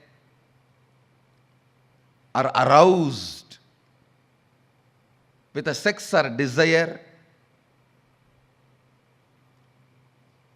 excited about the future success, frightened about the future failure, all this also you will start seeing, why am I allowing this to happen in my muscles, in my biology? You will understand every change, every physiological, psychological, neurological ups and down comes with a great message. Tattvamasi, you are that. Tattvamasi, you are that. Tattvamasi, you are that. This is what I call perpetual completion. Sahaja Samadhi. My physiological, psychological, neurological ups and downs are not me, but the muscles and biology in which all these are happening is me. So, why am I allowing all this to happen in me? Because they come with a message, I am that. They come with the message, you are that. They come with the message, I am God, not particle. Let this become your subject for Vakyartha Sadas, cherishing, thinking, feeling, internalizing, internalizing. You will see even a small needle piercing your body by mistake, or you go on getting into a fight unnecessarily. Everything leads to this one reminder, Sadashivoham, Sadashivoham, Sadashivoham, Sadashivoham. The moment you start remembering, you may not need the reminders. The moment you wake up, you may not need the alarm clock. So, the moment you remember Sadashivoham, the physiological, neurological, psychological ups and downs will automatically stop, even if you don't do anything to stop them. Because they served their purpose. They finished their job.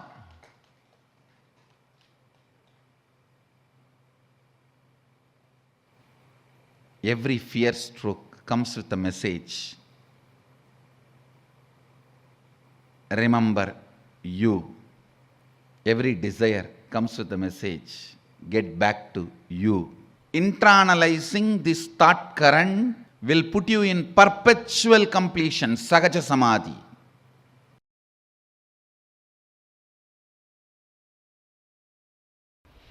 Only when the seeking enters, the life itself starts in you. Till then, whatever you may have may be style, but not life. Understand? Maybe style, but not life. Don't call that as lifestyle. Seeking integrates you. Seeking evolves you. Seeking awakens you. Seeking aligns who you are to yourself. I tell you, till the seeking starts, even you will not experience what you call as you.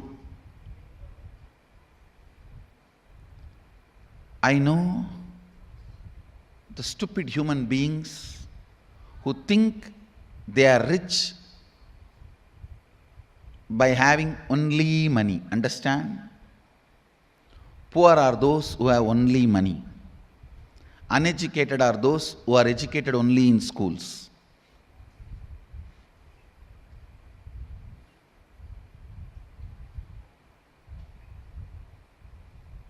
Seeking sets the right standard right expectation about life.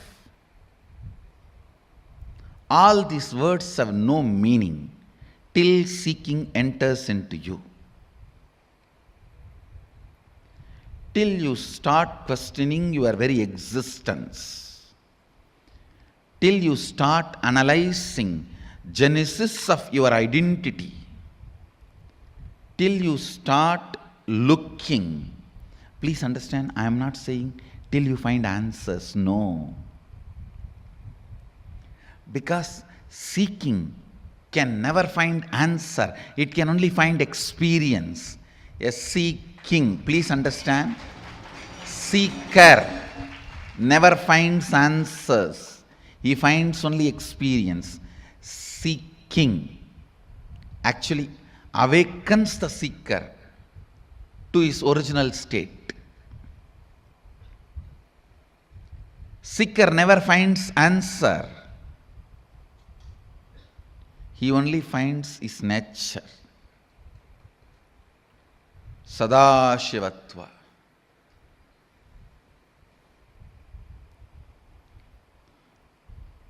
Till seeking penetrates your thinking system, till seeking becomes an important component of your cognition, life has not started in you. Life starts when seeking becomes your cognition. When the seeking becomes your cognition, everything becomes sweet.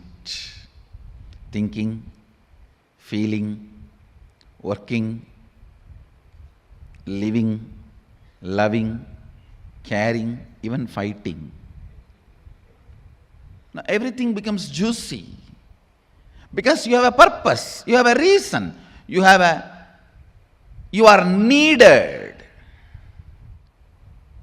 Look into this important pattern in which all of you are stuck. All of you are constantly comparing the lifestyle and thought current which develops after seeking. Its plus and minus, and the lifestyle before the seeking and its plus and minus. If you are doing that, you are stupid. Then you are comparing like a adults' lives plus and minus and kids' lives plus and minus. Yes, surely kids' life has some plus which adults' life does not have. But that does not mean you can remain as kid forever. That is a disease. That is sickness. That is immaturity. Being childlike is different. Being childish is different. You are trying to be childish and you think your childishness should be celebrated as cute. No. No.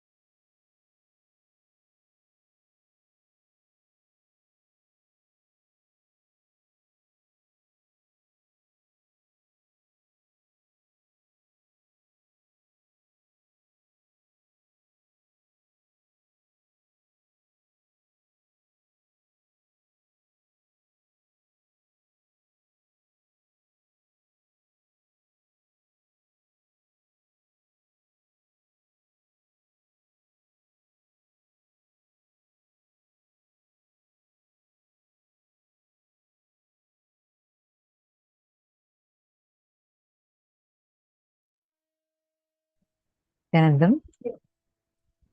Hope all of you enjoyed this powerful session on the Kundalini thought currents, that the 5 Kundalini thought currents that Swamiji gave. Oh my God, actually each thing that Swamiji revealed, right? Like, plus if you remember what Swamiji had revealed in yesterday's session, wow. It clicks on multiple levels. I first want to ask each of you, what did you understand in this session? The 5 Kundalini thought currents that Swamiji had just revealed to us. What did you understand? I shouldn't say thought currents. They are just Kundalini currents. 5 Kundalini currents that Swamiji had revealed about to us. What did you understand?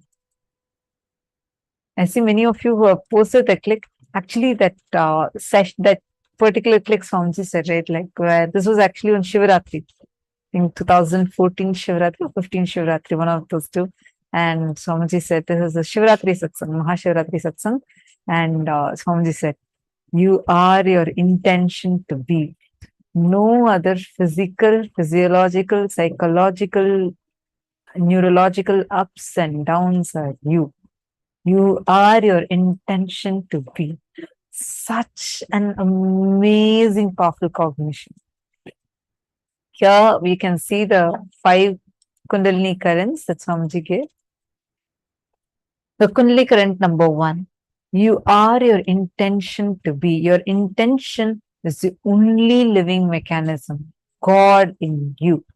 Everything else is matter in you. And matter cannot disturb your intention, which is you.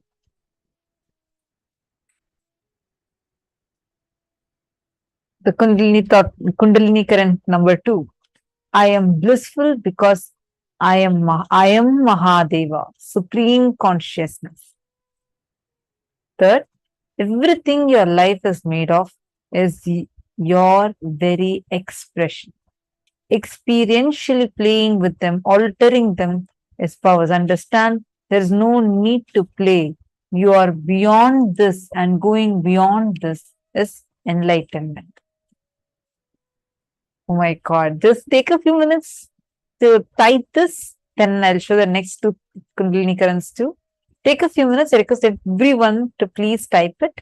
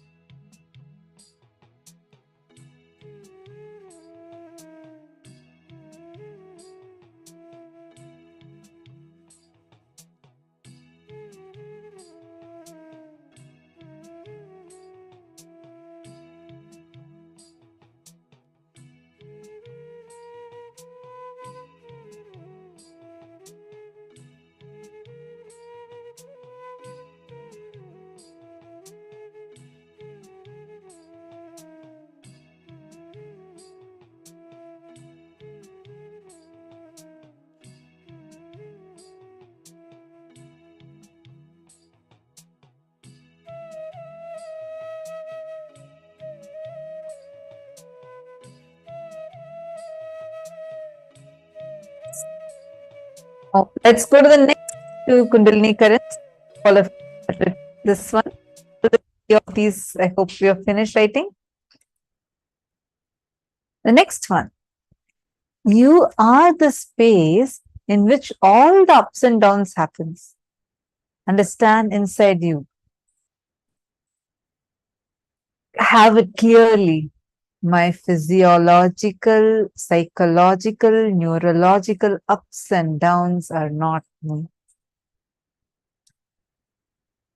But the muscles and the biology in which all these are happening is me. The space in which all these are happening is me. We are the space in which all these ups and downs are happening. It's just so powerful, right? Understand, seeking is not an alternative lifestyle, but native lifestyle to keep in the altar. Till seeking becomes an important component of you, of your cognition, life has not started in you. Take a few minutes. I'm going to give you all a few minutes so that you can write this down. Please type it and post it on Facebook.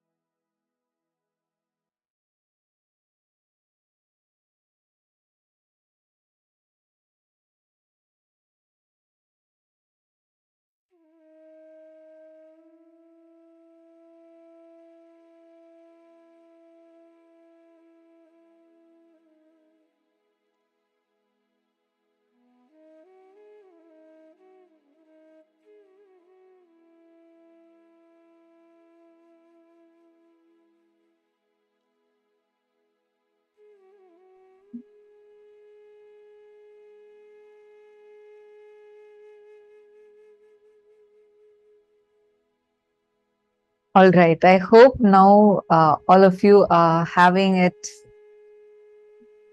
These clicks, all of us have written and posted too.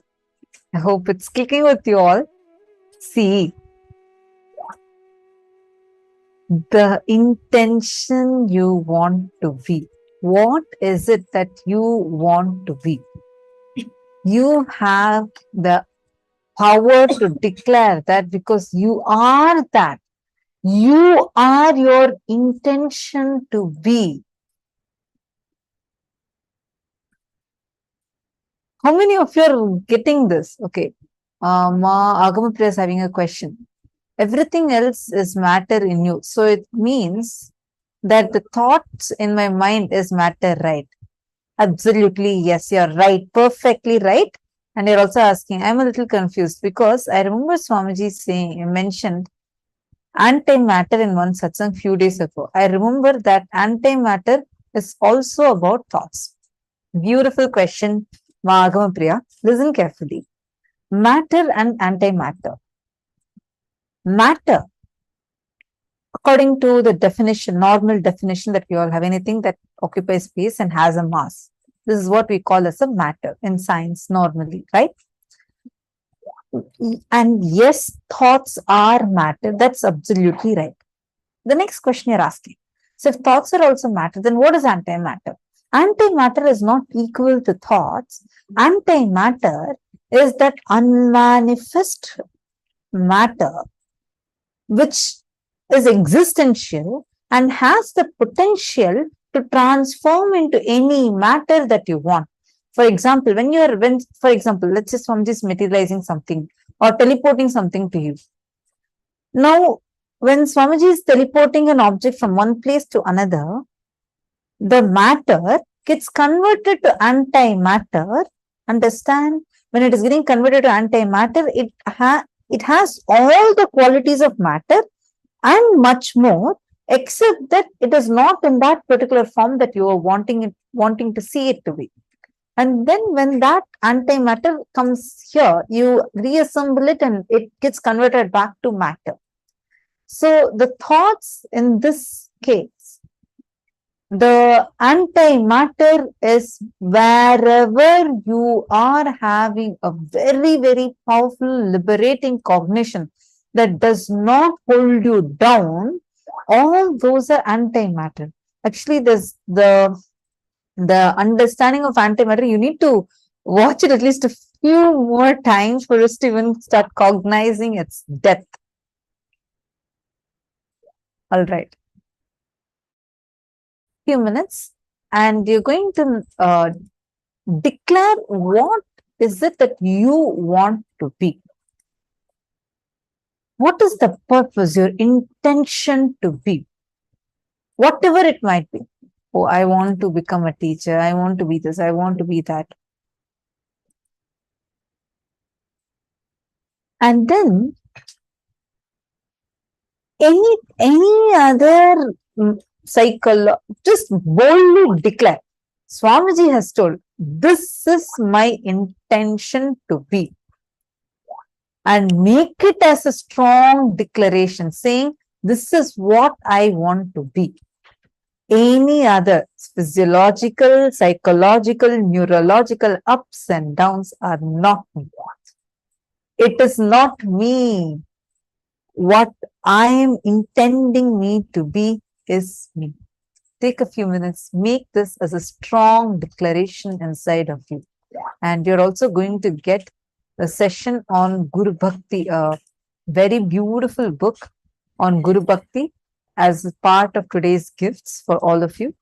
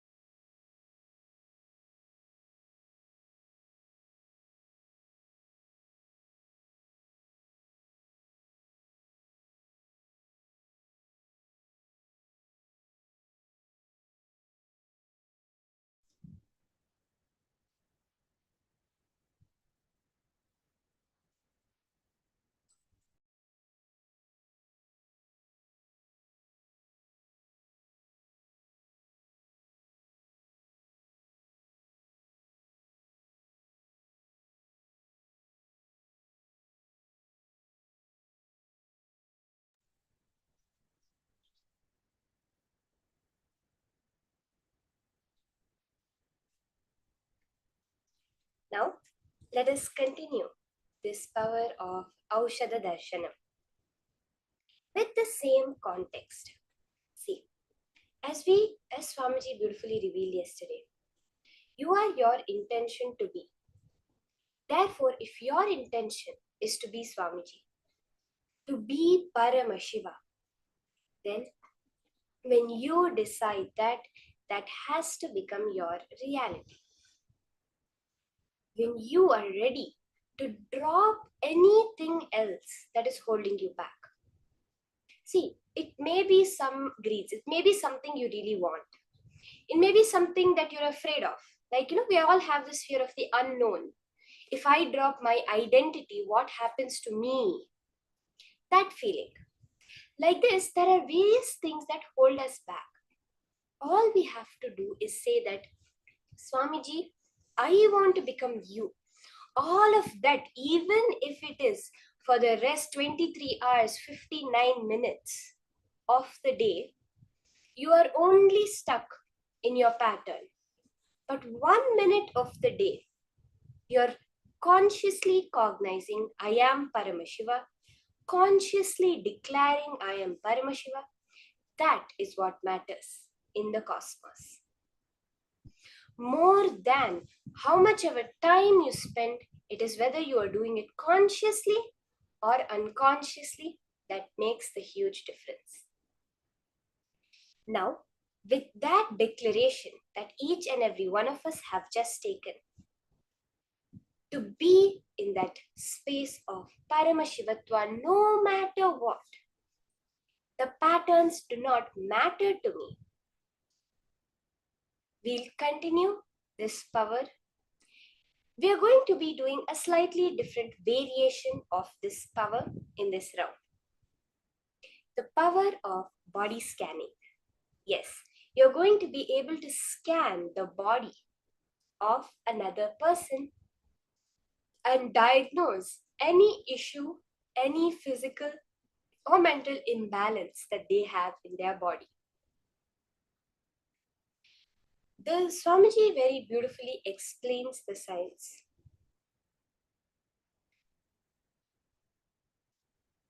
That every time you remember each of these thought currents that Swamiji just revealed to us, your Kundalini just awakens and flows through you. That is why it's the Kundalini current. Whichever one of these 5 powerful cognitions you click with the most, hold that as your basis on which you are going to manifest life. Power manifestation is not an isolated thing. It's not just 10 minutes of the day, 20 minutes of the day you're going to spend. It is about what thought currents you are cherishing the entire day. The more and more we build from 1 minute to 2 minutes, you consciously declaring that you are Paramashiva, that is what matters. Build it more and more to higher levels of you consciously cognizing that you are Paramashiva. And let's start now. So let's start this power of body scanning, where you are going to be able to see in clear detail another person's body and all the details, whether it's the organs, whether it's the bones, the tissues, the blood flow, the air flow, all of this you're going to be able to scan in a person's body. The first level, you're going to be able to find a solution. So as I said in the morning, this power of Aushadha Darshanam is being able to scan a solution for a particular problem. We started off with having a medicine on screen and scanning what the disease that cures. This round, you're going to scan the disease of the person and scan the solution that Paramashiva is telling you. So I request all of you to connect to a partner for this round. You can connect within the Zoom. You can call any friends, families who are available around you.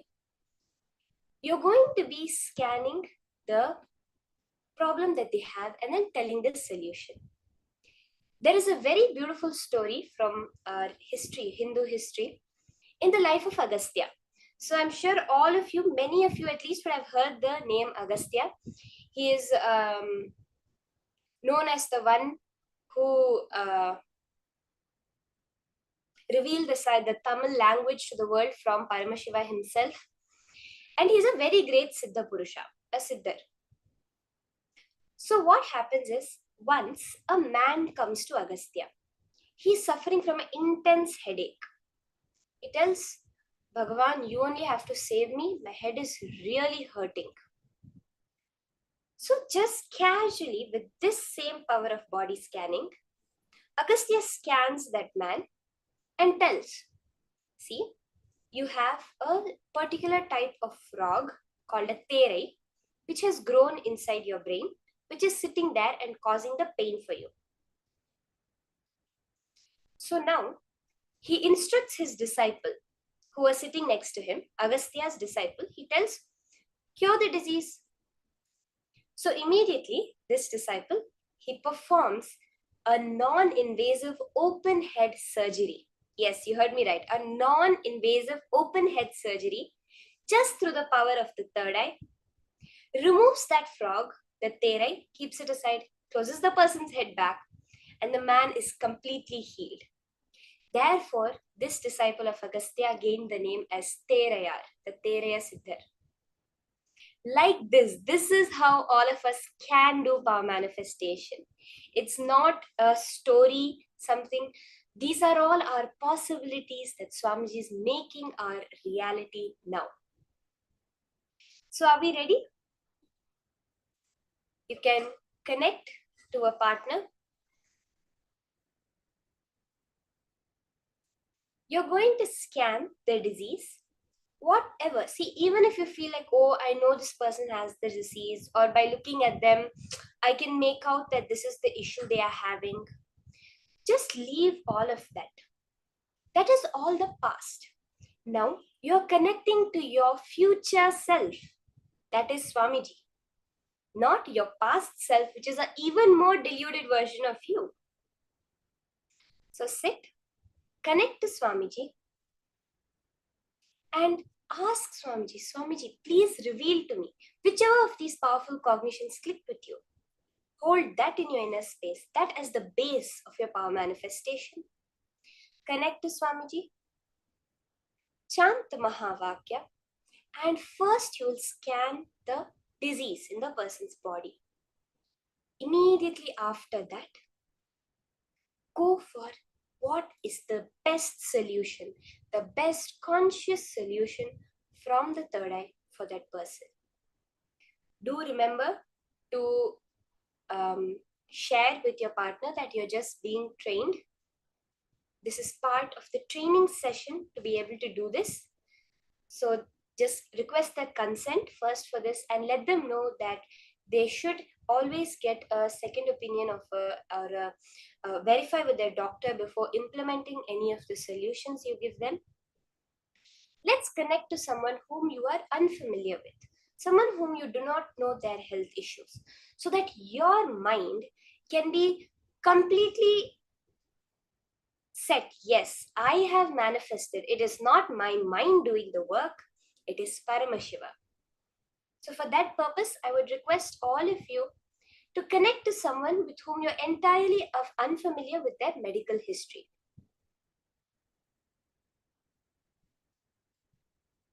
So let's start. Chant the Mahavakya. You can connect to the various participants amongst the Zoom rooms. Nithyananda And Paramashivoham.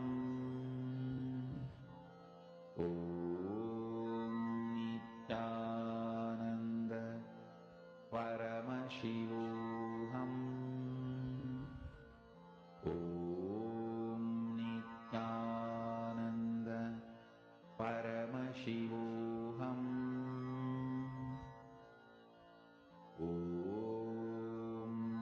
Nithyananda Paramashivoham.